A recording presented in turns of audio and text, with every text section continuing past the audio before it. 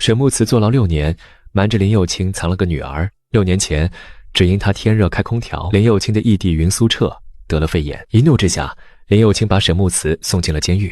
这6年里，入狱前林幼卿生下的孩子被所有人说是死胎，实则孩子太过虚弱。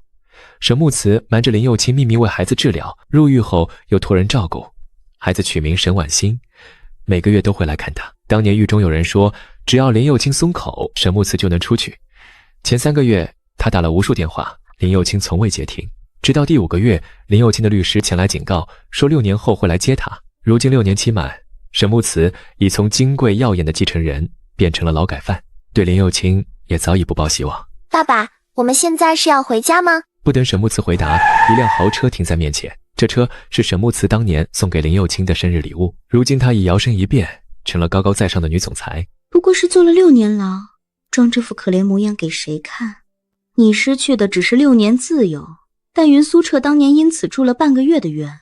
沈木慈若是以前的个性，定会骂林幼卿蠢货，但现在他已不是那个高高在上的大少爷，只是沉默不语。林幼卿见他不说话，莫名烦躁，视线落在一旁的沈婉欣身上。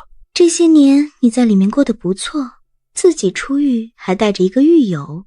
沈木慈不过是坐了6年牢，你真把监狱当家了？小小年纪就坐牢，骨子里肯定跟你一样恶毒。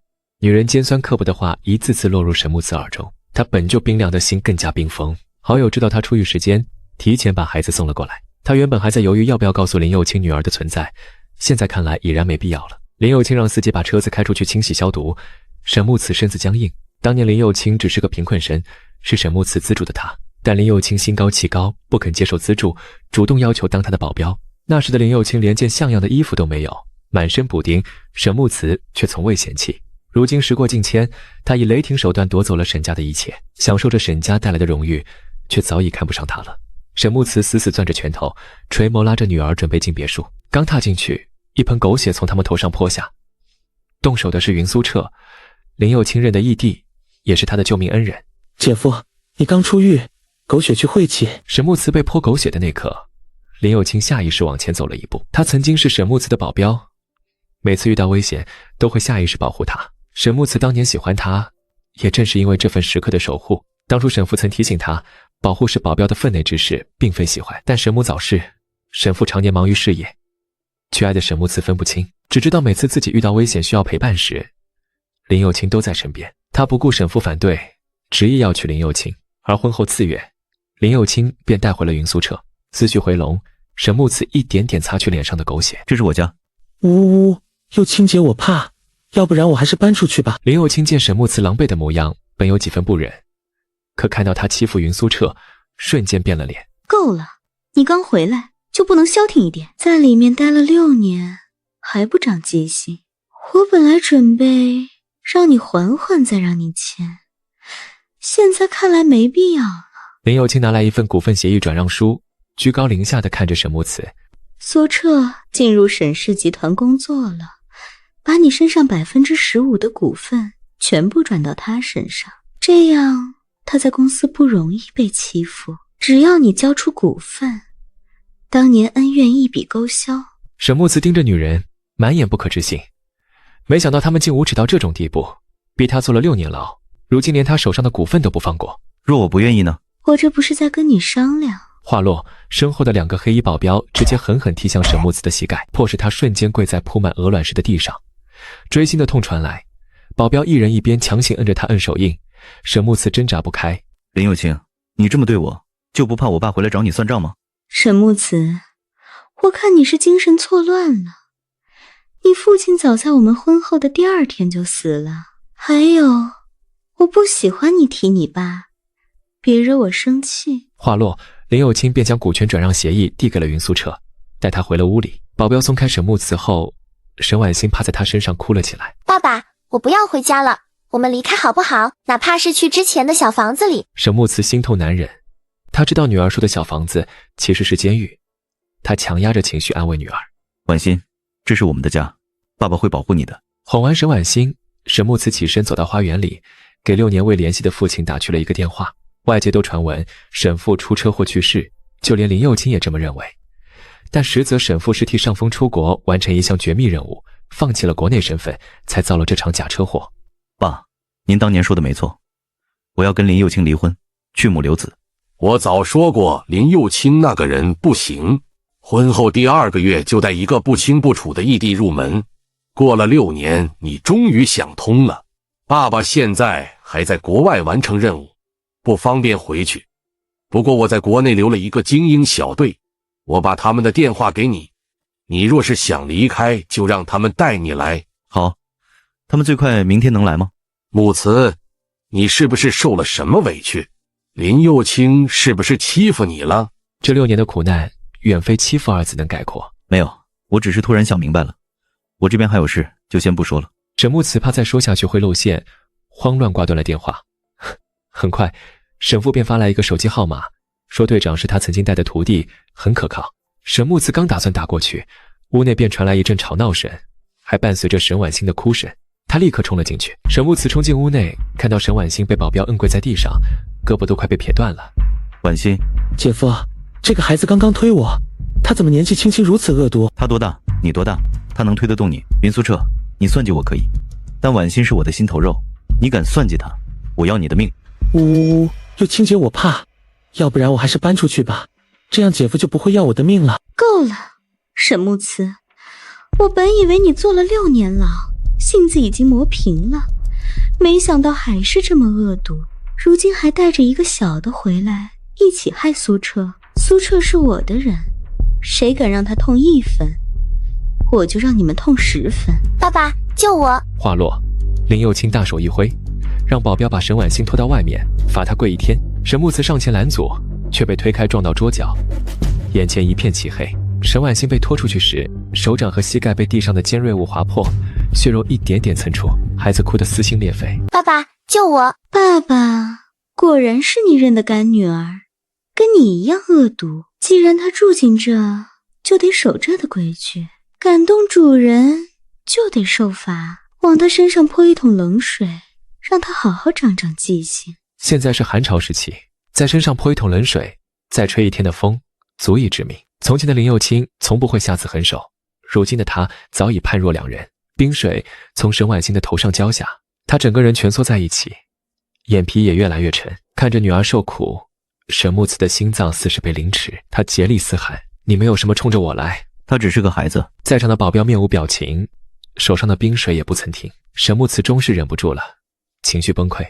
林佑清，快住手，他是你的孩子。本以为林佑清能手下留情，但他说出那刻，林佑清已带云苏澈走远了。沈木慈绝望地跪在地上，眼眶红得吓人，颤抖着拿出手机，但电话最终还是没打出去，手机欠费了。他现在身无分文，连交话费的钱都没有了。倏然沈木慈自嘲笑了笑，这就是爱错的下场，护不住自己，也护不住孩子。眼看着女儿快熬不下去了，沈木慈转向保镖，语气带着威胁：他是个孩子，受不住这种折磨，他要是死了，你们都是杀人犯。保镖们终究是怕出事，放沈木慈出去陪沈婉欣一起受罚。女儿的衣服本就单薄，现在又进了冰水，衣服都冻住了。沈木慈脱下自己的外套，穿在女儿的身上，声音因寒冷和担忧而颤抖。这6年，沈婉欣是他看着一点点长大的，她就是他的命。婉欣，你再等等爸爸，等联系到外公的人，他们就能来救我们了。你再坚持坚持。爸爸不要哭了，她就是我的妈妈吗？这一跪就当是还她生我的恩情了。好，你别睡，爸爸什么都答应你。沈婉欣熬了1个小时，因高烧陷入了昏迷。保镖那边告诉了林佑清，他那边才松口让他们进屋，但不允许请医生，算惩罚。因为林佑清的命令，偌大的别墅没有一个人敢帮他。期间，沈木慈曾想去林佑清的书房找一些药，却被保镖打了出来，还被污蔑偷东西。沈木慈笑得绝望，这偌大的别墅本就是他的，如今他只不过是拿几样东西，便说是偷。男人一身伤痕，跌跌撞撞地回到了卧房，看着女儿了无生机的模样，满心都是对自己没用的痛恨。他想起林佑清曾经说过的话，那些承诺还历历在目。木慈，我喜欢女儿，以后我们要生个女儿，我会让她成为全天下最幸福的公主。女儿得娇养，以后谁敢动我的女儿，我要废了她。女人曾经的承诺就如风沙一样，一吹就散。整整1夜，沈木慈都在给沈婉欣物理降温，但到了天明，沈婉欣的情况还是没有好转，甚至开始说胡话。沈木慈挨个跪在那些佣人和保镖的面前，曾经的尊严全部践踏在脚下，只求他们能给点药。我的女儿快死了，求你给我一点药。这次对方并没有直接拒绝他，熟悉的味道让他瞬间清醒。他抬眸一看，是林佑清。林佑清穿着一身香奈儿裙，和他卑微求人完全是两个世界的。沈木慈，为了你那个狱友，你真的是连脸都不要了。沈木慈眼睛肿得吓人。是啊，我连脸都不要了，求你救救婉欣吧。有那么一瞬间，林佑清怀疑过里面的那个是自己的孩子。怀疑打消后，林佑清又变成那副冰冷的样子。让我救他可以。苏澈看上了秋名山赛车冠军的奖杯，你曾经是最厉害的赛车手，你去参赛拿到第一，我就给里面的那个坏种治病。秋名山赛车是国内危险的赛道，去参赛的人几乎都是九死一生。沈木慈虽然爱赛车，但从来没去过秋名山赛道。赛车那么危险，以后不许去了，出了事我会心疼。如今只因云苏澈喜欢秋名山的奖杯，便以此为条件让他去。好，我同意，但我有2个条件，一是给婉欣治病，2是给我100块钱。若是他能成功回来，便要立刻联系父亲留下的那支精英小队，带他们父子彻底离开。林佑清同意了。沈木慈说回房简单准备一下。他刚进房的时候，木慈，你的性子太硬了，如今你只能靠我，有的时候软一些，也许我会心疼你。只有你以后不再做伤害苏澈的事，我可以像从前那样对你。沈木慈没回应，他早就决定去母留子了。林佑清对他而言已经不重要了。我倒要看看，没了你爸，你还能怎么熬？所有参赛的人都需要本人和家属一起签生死状。轮到沈木慈的时候，林佑清跟他一起签下的时候，众人一惊，这不是沈氏集团的大少爷吗？林总的丈夫吗？怎么来参加这种危险的项目？我听说这沈木慈6年前好像害过人，坐了6年牢，估计才出来吧。听说还带出来个狱友，泽泽啊，离他远点，太晦气了。怪不得林总现在出入都会带云先生呢，人家不仅长得帅，最起码没坐过牢。沈木慈这辈子算是废了，没了老沈总，他余生有的苦。云苏澈站在看台边缘，一身西装衬他身形挺拔，听着那些人拉踩沈木慈，捧高自己，薄唇上扬。这些人惯会拜高踩低，沈木慈没有理睬，只是在上场前走到林佑清面前，跟他确认，记住你答应过我的事。林佑清站在原地，眉头紧拧。他本以为沈木慈是害怕了，所以来找他求饶。女人心中有一股无名怒火。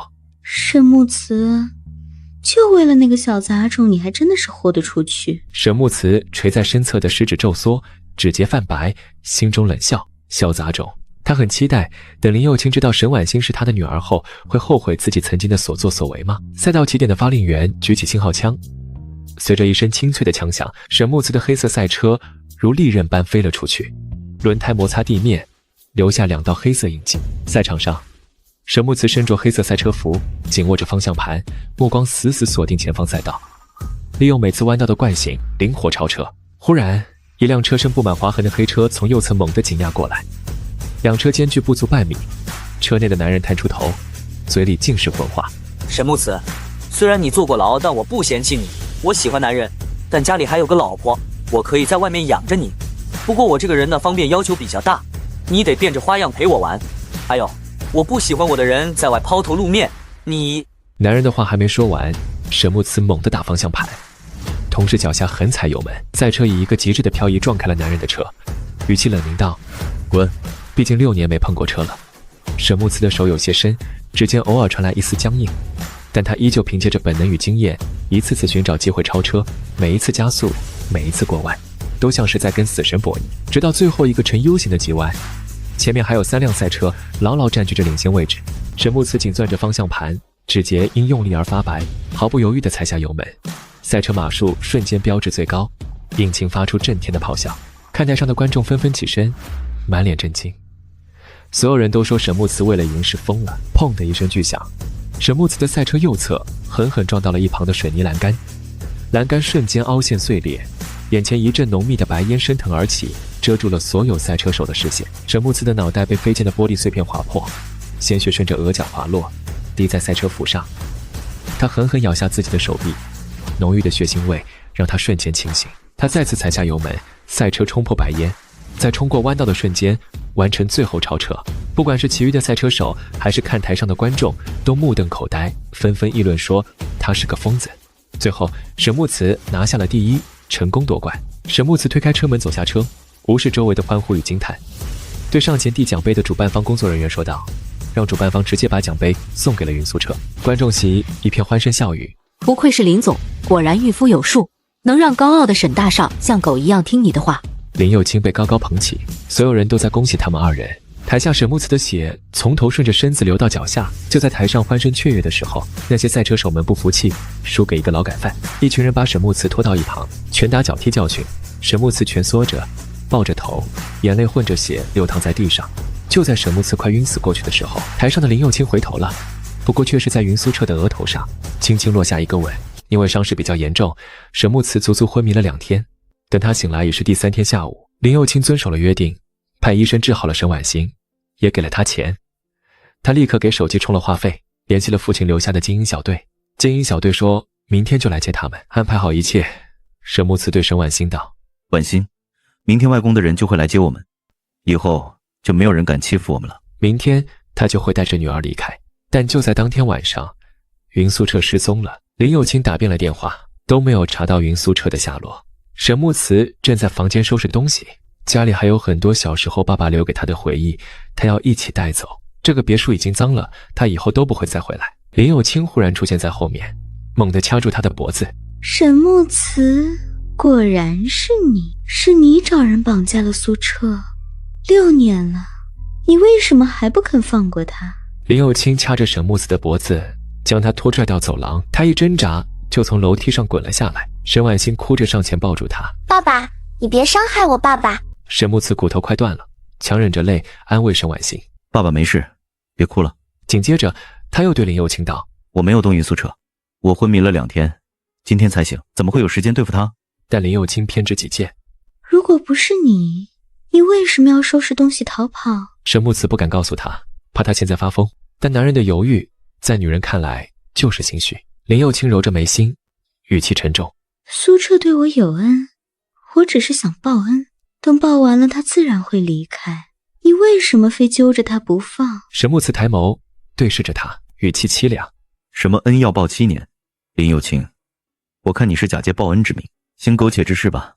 女人被戳中了痛处，眼神阴森的可怕。果然你就是嫉妒苏澈比你得宠。他抬手一挥，几个保镖上前钳住了父女俩。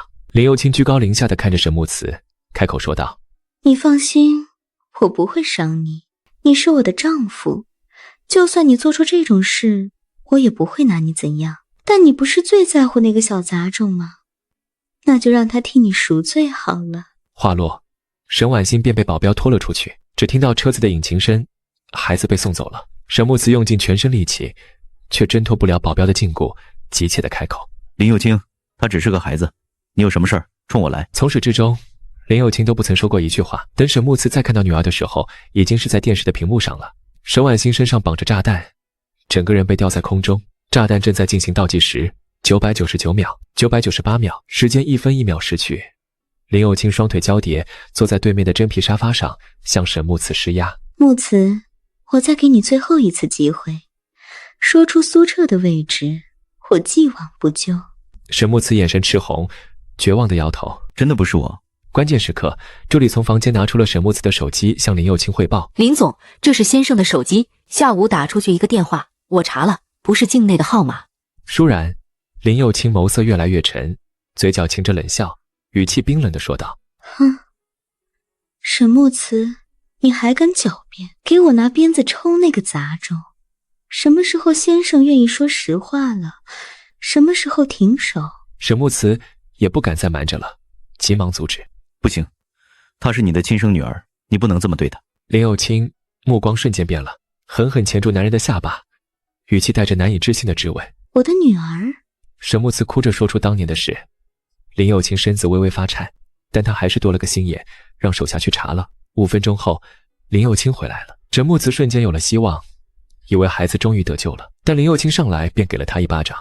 沈木慈的左脸被打得发颤，女人面容阴鸷，再次质问道：“我的女儿沈木慈，你他妈在牢里背着我瞎搞，现在还想让我认一个来历不明的杂种？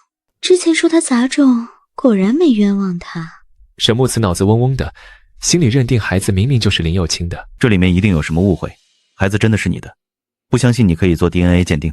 但林佑清把手机扔在他的脚下，视频里的人是沈木慈，而他身上是别的女人。沈婉欣还小，哪里受得了这种折磨？沈木慈脸色一白，身子僵硬，不停地解释：“这个视频是 P 的，是假的。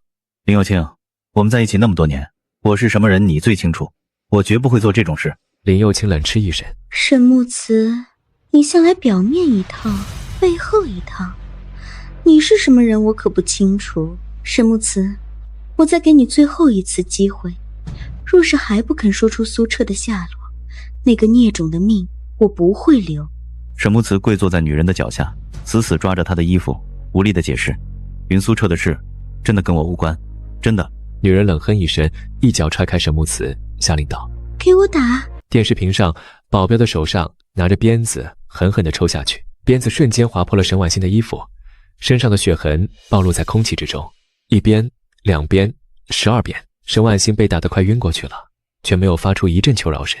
沈木慈感觉心快痛死过去了，他放弃所有的尊严，跪在地上跟林佑清求饶：“求你了，别打了，再打下去会出人命的。”林佑清终于蹲下身来，捏着沈木慈的下颚，冷漠道：“我说过，苏澈是我的命，你动我的命，我便要你的命。”沈木慈死死咬着唇，血珠混着眼泪染红了领口，眼里是绝望和崩溃。女人抬手下令：“看来不给你上点压力，你是不会说出实话的。”她拿着对讲机冷漠说：“炸弹时间太长了，直接摁下燃爆键。”视频里，保镖们纷纷退出仓库。沈婉欣身上炸弹的时间正在迅速减少，无论沈木慈怎么求她，林佑清都不肯松口。林佑清，她是你的亲生女儿，五毒不食子，你亲手杀了自己的孩子，会遭报应的。你藏起我的苏澈，现在这就是你的报应。别再磨蹭，炸死那个野种！话音还未落，别墅的大门突然被打开，云苏澈回来了，手上还拎着购物包。她一脸无辜道：“佑清姐，这是怎么了？我抑郁症发作了，所以给手机关机出去逛街了。家里怎么跟要杀人似的？”瞬间，沈木慈整个人瘫软在地，盯着林佑清一字一句道：“现在可以信我了吗？可以放了婉欣吗？”看着沈木慈狼狈的模样，林佑清心口痛了一下，但他很快就告诉自己是沈木慈出轨了，给他戴了绿帽，是他咎由自取。林佑清虽然派人放了沈婉欣，却让人把他关在狗笼里。林佑清说：“孽种只配睡狗窝。”这次的事要了沈婉欣半条命。一晚上，沈木慈都在笼子旁陪她，看着沈婉欣身上的伤口，他既痛又恨。沈木慈告诉自己，再等等，明天就能走了。直到傍晚，沈婉欣说渴了想喝水，沈木慈才出去给她接水。沈木慈经过休息室的时候，听到云苏澈和他的兄弟嬉笑。苏澈，我听说你家那位差点把那对父女折磨死，还是你有手段啊？咱们苏澈有手段的地方可不止这些，就连当年肺炎也是假的。明明是咱们出去点模子，空调开得太低了，所以才高烧不退，于是随口栽赃了沈木慈。林佑清对苏澈的话可是深信不疑。谁说不是呢？为了给咱苏澈出气，还让沈木慈做了6年，这不是爱是什么？听着他们的话，沈木慈的指甲掐入了掌心，血一点点渗出。他原以为当年还是云苏澈故意诬陷他，没想到事情的事实竟然如此恶心。紧接着，云苏澈开口说话：“这些算什么？只要我想动动手指头，沈木慈就如丧家之犬。不过这个沈木慈还真是闷声办大事，那个小杂种竟然真是他和林佑清的女儿。还好我早察觉那个死丫头的模子跟林佑清有几分像，所以今天特意去查了一下当年的那个死因，然后做了点手脚，让林佑清再来查的时候，他们只会说那个孩子是孽种。”旁边的男人们纷纷感叹：“不愧是苏澈，手段就是高啊。”但你就不怕林佑清有一天发现真相吗？你们会2次去查一个孽种的信息吗？而且沈木慈那对父女马上都要被整死了，可没翻案的机会了。里面的话犹如一把把利刃刺向沈木慈，他倒吸一口凉气，眼眸里是恨。在他们结束对话的时候，沈木慈也按下了录音的暂停键，方才那些真相他全部录下来了。沈木慈冷凝看了里面一眼，拿着手机转身离开了。晚上12点，沈木慈坐在客厅的沙发上，等林佑清。林佑清盯着沈木慈，神色复杂。你在这儿做什么？沈木慈心中冷笑，这里是他的家，却问他在这里做什么。他敛住脸上的神色，拿出一个 U 盘送给他。明天是我们的7周年纪念日，这是我给你准备的礼物。你不是一直让我给云苏澈认错吗？这里面的东西是我录的道歉视频，明天晚上8点，你喊上云苏澈一起看吧。你能想明白就好，只要你乖一点，我会跟之前一样对你。好。你不管公司，不知道其中的辛苦，我每天要管几千个人，实在没有心思去哄你。你要跟苏澈学，懂事点。虽然我宠苏澈，但你依旧是我唯一的丈夫，这是我对你的承诺。沈木慈从未见过如此厚颜无耻之人，霸占着他的家产，带着小三登堂入室，还在这大言不惭地说他是唯一的丈夫。他冷笑着，反正过了明天，林佑清就再也没有这种机会了。林佑清不知道，早在他们结婚之前，沈父便让他签过一个协议，若是林佑清敢出轨，婚姻关系自动解除。他能有如今的地位，不过是靠着沈家，没了沈家，他所有的一切都会被收回。之前坐牢没机会拿协议，不过明天一切都会回归正轨了。林佑清起来的时候，便看到沈木慈坐在花园外。木慈，晚上是我们的结婚纪念日，你多做一些饭菜。沈木慈看着他，心中暗忖，这是把自己当佣人了。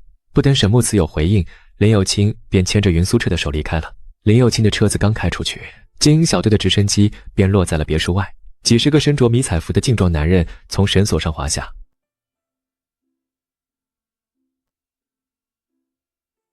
男人们训练有素，全副武装。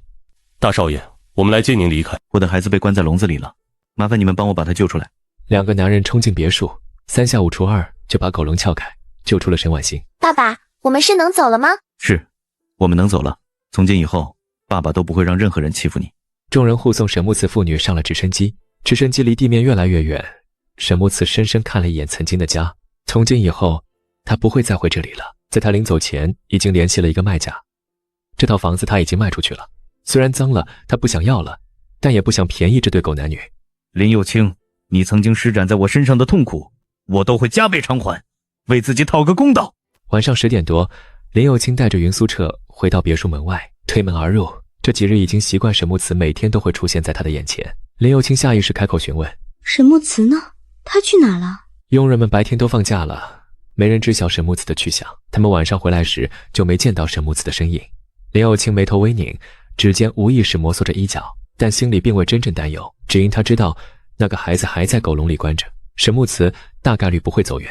哼，估计又在闹他那大少爷的脾气，不用管他。林佑清转头看向身侧的云苏澈，语气缓和了些许。你先上去洗澡，我去书房工作会。云苏澈今日陪林佑清在外应酬了半天，身心俱疲，闻言点了点头。好，那我先上去了。云苏澈转身上楼后，林佑清径直走向书房，推开门，打开电脑准备处理工作。就在电脑加载页面时，突然弹出一个相机测试的小广告。林佑清一时不慎点了进去，广告页面显示可以用父母的照片测试出孩子的模样。不知怎的，林佑清竟鬼使神差地找出自己和沈木慈的照片，上传到了测试页面。等他反应过来想要取消时，照片已经合成完毕，屏幕上跳出的赫然是沈婉欣的模样。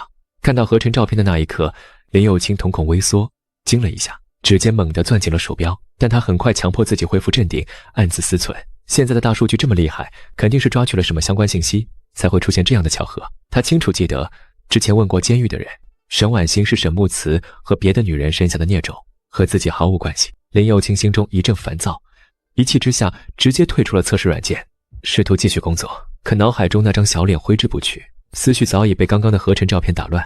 沈木慈曾经说过的话一遍遍在他脑海中回响。林佑清，这个孩子是你的。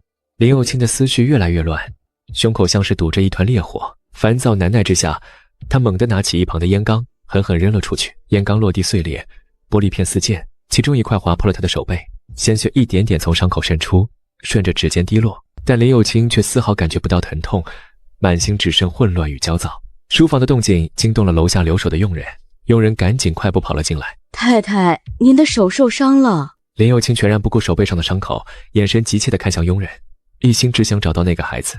那个孽种在哪？佣人愣了一下，没想到林佑清会突然提起沈婉欣，迟疑了片刻后如实回答：在地下室的狗笼里。狗笼二字如同惊雷，瞬间炸响在林有清耳边，他的脸色骤然变得惨白。狗笼？谁把他关在狗笼的？佣人被林有清突如其来的质问吓得后退半步，小声提醒道：太太，当时是您说那个孩子是孽种，只配睡狗笼的。林有清瞬间被噎住，张了张嘴，却一句话也说不出来。他猛然想起自己当初确实说过那样的气话，可他从未想过佣人们竟然真的照做了。女人的脑海里不受控制的交替闪现出沈木慈严肃的脸庞和沈婉欣稚嫩的模样，心中的不安如同潮水般越来越强烈，几乎要将他淹没。他猛地从椅子上站起身，没有片刻犹豫，抬脚就直奔楼下的地下室。林有清走进地下室后，发现狗笼被人撬开了，里面的沈木慈也已经不见了。下一秒，别墅里所有的佣人都被喊了出来。真皮沙发上，林有清给沈木慈打了一个又一个电话，但都打不通。发微信，他得到的只有一个红色感叹号。客厅里，林有清沉着脸，众人大气不敢喘一下。好，真的是好得很，在里面6年别的都没学会，都是把脾气练起来了。但林有清忘了，沈木慈本就是金贵的大少爷，是跟他在一起后才开始收敛锋芒。原来的沈木慈太爱林有清了，爱到忘乎所以，以至于让林有清觉得他没有脾气。站在一旁的佣人们面面相觑，大气都不敢喘一下。给我调监控查，看他到底是谁，什么时候走的，又是谁帮他撬开的狗笼。地下室的狗笼是定制的，用的是钢铁，每根柱子都有一个手臂那么粗，沈木慈一个人根本打不开，所以他肯定有帮凶。林有清的助理下去查了监控，但发现监控一片黑，里面所有的内容都被删了。助理告诉林有清的时候，他愤怒地把客厅东西都砸了个遍。云苏澈刚洗完澡，便听到了下面的动静。在林有清还准备砸下一个东西的时候，云苏澈拦住了他。有清姐，别生气了，姐夫一看就知道是跟别的女人跑了。这种人你就算锁着，他也是没用的，反正他已经走了，我们以后就一起好好过日子。之前你一直说你和姐夫结婚了，所以不能娶我，他现在都抛弃你离开了，你总能娶我了吧？有清姐，我无名无分跟了你这么多年，你知道外面都是怎么说我的吗？他们都说我是男小三，但你明明知道我们是两情相悦，我不是男小三，更不屑于当男小三。云苏澈的话让在场众人都低下了头，沉默不语。林有清也一句话未说，他的确是喜欢云苏澈，但那只是喜欢，他也从未想过要跟沈木慈离婚。苏澈，别闹，沈木慈是我的丈夫，这是谁都改变不了的。云苏澈整个人如坠冰窟，他知道林有清不是什么好东西，但他以为这么多年他也该给自己一个名分了，但他现在却说她的丈夫只能是沈木慈，那他算什么？小三吗？看到云苏澈，林有清便会想到沈木慈那双无辜的眼神。沈婉欣真的不是他的女儿吗？但脑海里总是浮现沈婉欣的眉眼，跟他小时候一模一样。有清，你必须要嫁我，因为你怀孕了。倏然，林有清的脸色沉了下来。说谎，我上次吃了药。上次的药我换了，是维生素。你前2天的体检报告我去拿了，检查报告显示你怀孕了，而且你不是一直都想要个自己的孩子吗？这次正好，医生说这个孩子很健康，生下来吧。林有清拧着眉，陷入了沉思。按道理说，他年纪也不小了，是该要个孩子了，但一想到孩子，他就会想到沈木慈，会幻想和沈木慈的孩子。有清，这是你唯一的孩子。闻言，林有清停顿了几秒。是啊，不管谁生的孩子都一样，跟他同龄的那些人，孩子都能打酱油了。这些年他一直忙着各种事业，也该回归家庭了。仔细思量后，林有清缓缓开口：好，这个孩子生下来，只不过结婚的事我还得再想想。总之，我不会亏待你。虽然林有清这么承诺了，但云苏澈还是有些不满。可他也知道不能一次性要的太多，他也见好就收。云苏澈刚准备上楼，佣人便走了过来，递上一个 U 盘。林总，这是我们刚刚在先生的房间找到的，上面有先生留给您的一封信。闻言，云苏澈脸色难看，这个贱人已经走了，还不安稳搞这么多花花肠子。反之，林有清脸上的神色好了不少，他就知道沈木慈离不开他，哪怕是闹脾气也会留给台阶。哼，闹脾气走的时候没想过后果，现在留个 U 盘是想求复合。先生爱了您这么多年，这次肯定只是想出去散散心，说不定过几天就回来了。有了台阶，林有清自己就顺着下来了。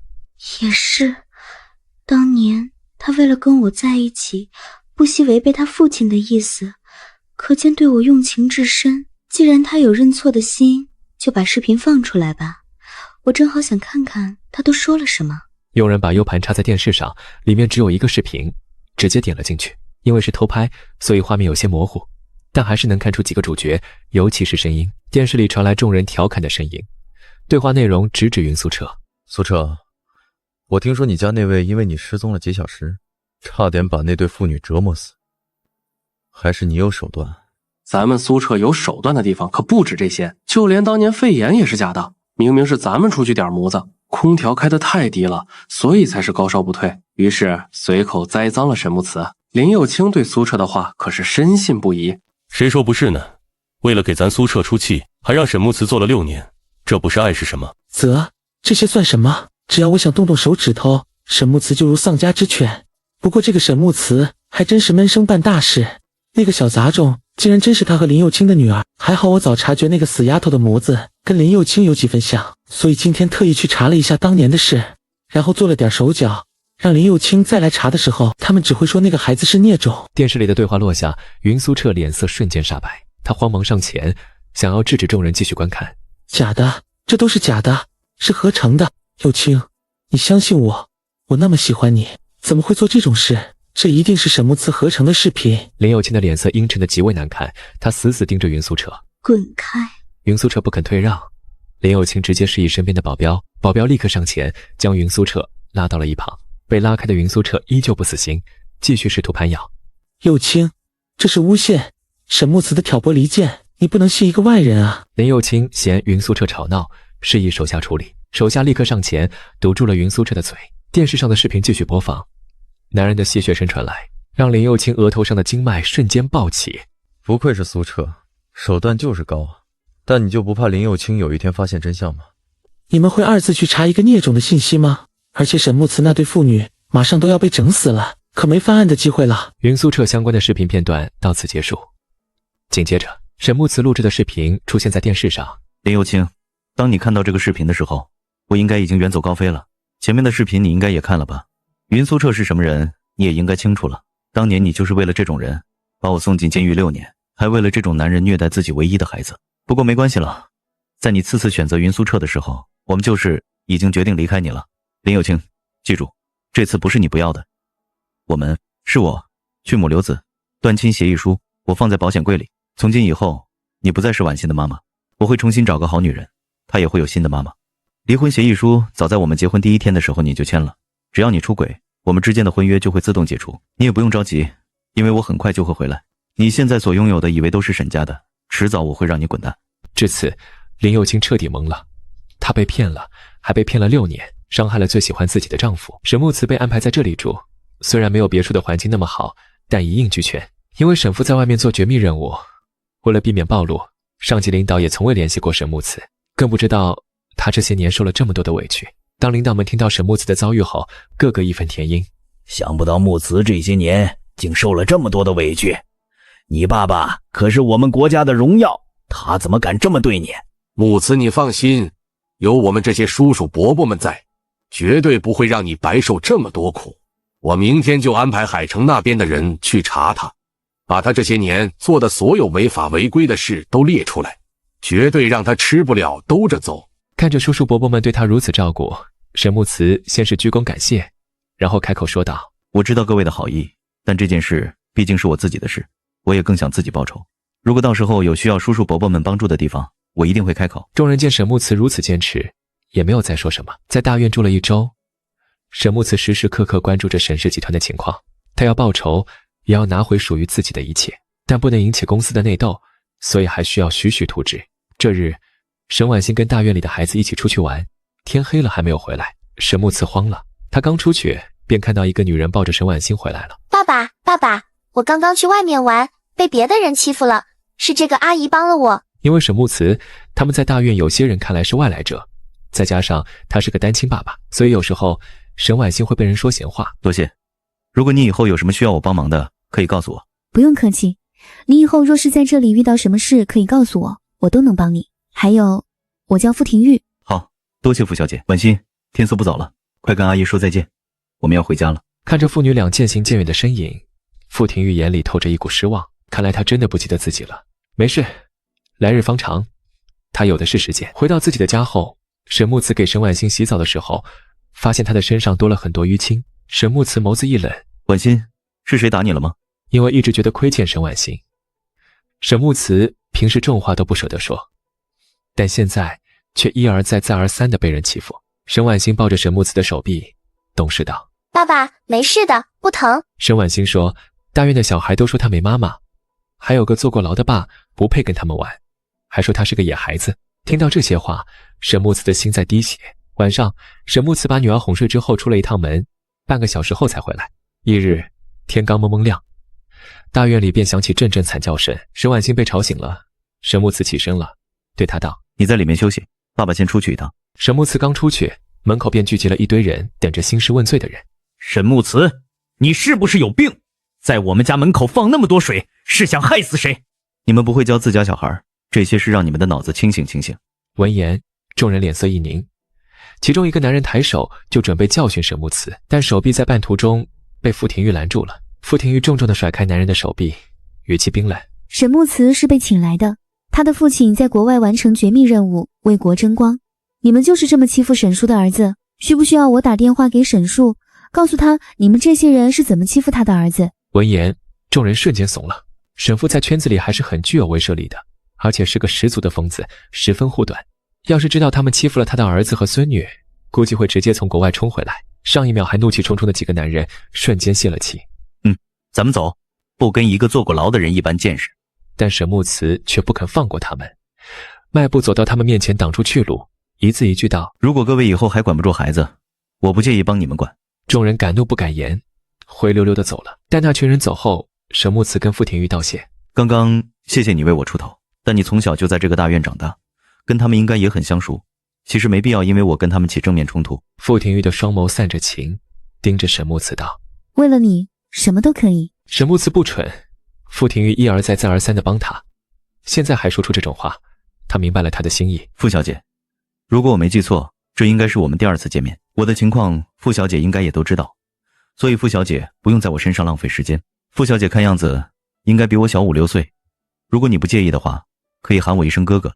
我不缺哥哥，也不想让你当我的哥哥。沈木慈，你真的不记得我了吗？沈木慈眉头一拧，仔细盯着傅廷玉，但实在不记得跟他有过什么牵扯。傅小姐，你是不是认错人了？傅廷玉心口蓦然一疼，果然他不记得了。10年前你和沈叔叔来过我家，当时我有自闭症，是你跟我说了很多，而且当时还有很多孩子看不起我，甚至一起欺负我，也是你站出来护着我的。沈木慈，虽然过去了10年，但你真的一点都不记得了吗？忽然悠久的记忆被沈木慈记起，他眸光散着光。是你就是当年那个自闭症小女孩。这件事他记得，但沈木慈没想过，曾经那个连话都不愿跟别人多说的，现在变化竟然这么大。是我，自我成年后便想去找你，但当时你已经结婚了，所以我就没有再去打扰。我也是这段时间才知道你发生的事情。我知道你现在应该不想相信任何人，但我还是想尽我所能保护你。沈木慈，能给我一次机会吗？对于傅廷玉突如其来的告白，沈木慈有些不知所措。过了许久，他道：抱歉，谢谢你的喜欢，但我们不合适。我比你大很多，是二婚，而且还有个孩子。喜欢是一个人的事，但结婚是2个人，甚至是2个家庭的事。你还年轻，应该找一个适合你的人。拒绝完，沈木慈转身就走了。婚姻他经历过，并且并不幸福，所以他不想再次尝试了。傅廷玉的好，他知道，正是因为他太好了，沈木慈才不想耽误他。林佑清让人重新把地下室的笼子修好，把云苏澈关了进去。连续3天，他滴水未进，嘴唇干裂，眼下的乌青吓人。林佑清翻遍整个海城，都没有看到沈木慈的踪迹，所以他把所有怒气都撒在了云苏澈身上。之前云苏澈总是希望每天都能见到林佑清，但现在看到他，云苏澈整个人都是发颤的。你别过来，你肚子里还有我的孩子，我要是死了，你孩子就没有父亲了。呵，孩子，我早打了。男人瞳孔骤缩，林佑清嗤笑一声，拿起一旁的鞭子狠狠抽打在云苏澈的身上。男人躲在笼子里四处逃窜，犹如一条丧家之犬。云苏澈整个人蜷缩着，哭着求饶：佑清，我真的错了，你放过我吧，我以后再也不敢贪心了。你不是想跟沈木慈和好吗？我自己滚蛋，我保证以后都不会再来打扰你们了。如果你杀了我，你就犯法了，便不能跟沈木慈重归于好了。闻言，林有清阴鸷地笑了笑。云苏澈，你的确很会拿捏人心，你也的确提醒了我，人杀人会犯法，但狗不会。不等云苏澈反应过来，林有清已经让人牵来了一条藏獒。林有清特意饿了他3天3夜，他现在饿得能吃下一个人。云苏澈彻底崩溃了，跪在地上磕头认错。有清，我真的错了，你放我一条生路，等你找到沈木慈时，我当面给他跪下道歉，求求你放过我。但林有清没有理会，毅然打开了笼子，让人把藏獒放了进去。紧接着，女人转身离开，耳边是云苏澈的愤恨声。林有清，你不是人，你个孬种，沈木慈会离开归根结底，还是你自己自卑？你既要又要，怪不得沈木慈不要你。女人被戳中了痛处，眸子骤冷，对身边的人吩咐道：把云苏澈送进去，跟里面打一声招呼，往死了整。闻言，云苏澈彻底崩溃了，但林有清再也听不到他的惨叫声了。林有清刚上楼，别墅里便进了一堆人，他脸色一沉。谁允许你们进来的？中介对林有清道：林小姐你好，这个别墅沈先生已经卖出去了，请你3日之内搬出去。买卖别墅时，这些家具都是赠送的，您除了个人物品，别的东西都不能带走。林有清脑子轰隆隆的，这个别墅竟然被沈木慈卖出去了。说谎，沈木慈是我的丈夫，买房子这么大的事，他不可能不告诉我。中介直接拿出之前签署的买卖合同，先礼后兵。林小姐，这是合同，如果3日之内您不搬出去的话，我们这边会报警处理。林有清认得沈木慈的字，是他的。林有清笑得凄惨，眼眶里藏着泪。沈木慈，你真狠。中介可不管林有清跟沈木慈有什么恩怨情仇，公式化道：林小姐，您只有3日时间，3日后我们来收房。说完，中介就带着人走了。林有清嘲弄地看着眼前的别墅，笑得讥讽。这个别墅里，他们2人曾经的回忆，沈木慈是连最后这点念想都不留给他吗？接下来的几天，秘书一直在帮林有清搬家。为了方便上班，林有清准备住在公司旁边的公寓，但林有清已经在家酗酒好几日了，连公司都没有去。很多股东都对他不满了，尤其是那些老人，听说沈木慈离开了，对林有清的态度瞬间就变了。这日，林有清一如既往在家酗酒，秘书赶来了。林有清抬眸扫了他一眼，不轻不重道：这次又有什么坏消息？秘书蹙眉：林总，您要是再不去公司，那些股东们就要召开股东大会把您换下去了。还有，上个季度的财务报告下来了，公司的净利润明显下滑，现在公司的股东们都对您很不满。林有清眼里泛着冷，这群老东西真会落井下石，还恨不得人人都来踩一脚。我看他们是忘了他们曾经是如何求着我了。秘书垂着头不敢说话。林有清又问：除了这些还有别的吗？还有一些事是关于先生的。我这次送云苏澈进去的时候，听到了一些先生之前的事。听说先生之前给您打过很多电话，但您都没有接，还说您曾经特意交代不用给先生好日子过。倏然，林有清的脸色大变，他眼神瞬间有几秒呆滞。我什么时候下过这种命令？还有，沈木慈当年什么时候给我打过电话？其实他当时送沈木慈进去，只是想让他长长记性，希望他能低下那个高贵的头颅。但凡他说一句软话，他都会让他出来。可他等了好几个月，沈木慈都没有认过错，所以他一气之下才那么对他。秘书脸色难看：林总，我来之前去查了一下，先生的确给您打过很多电话，但您都没有接。还有，先生这些年在里面受了很多欺负，其实他这6年很委屈。身为一个男人，听到沈木慈这些年受的委屈，都忍不住心疼。说完查到的一切，秘书离开了。林有清坐在冰冷的地面上，既哭又笑，看着沈木慈这些年在里面被欺负的照片，林有清的眼泪不争气地流下了。怪不得他这么恨自己，原来这些年在里面受了这么多委屈。之前林有清一直都觉得沈木慈爱惨了他，无论他做什么，他都会一直爱下去。但直到这一刻，他才知道错的有多离谱。以前他是保镖的时候，每次在沈木慈遇到危险的时候，他都会站出来保护他。当时的他还承诺说，无论沈木慈在哪里，都会保护他。但整整6年，沈木慈在牢里被人欺负了整整6年，他竟然一无所知。林又青把头埋进沙发窝，眼泪浸湿了沙发。这一夜，他喝了一箱又一箱酒，因为他后悔曾经不相信沈木慈，让他和孩子受了那么多的苦。因为身体不堪重负，林又青第2天就住院了。不过秘书却过来跟他说了个好消息，说找到沈木慈了。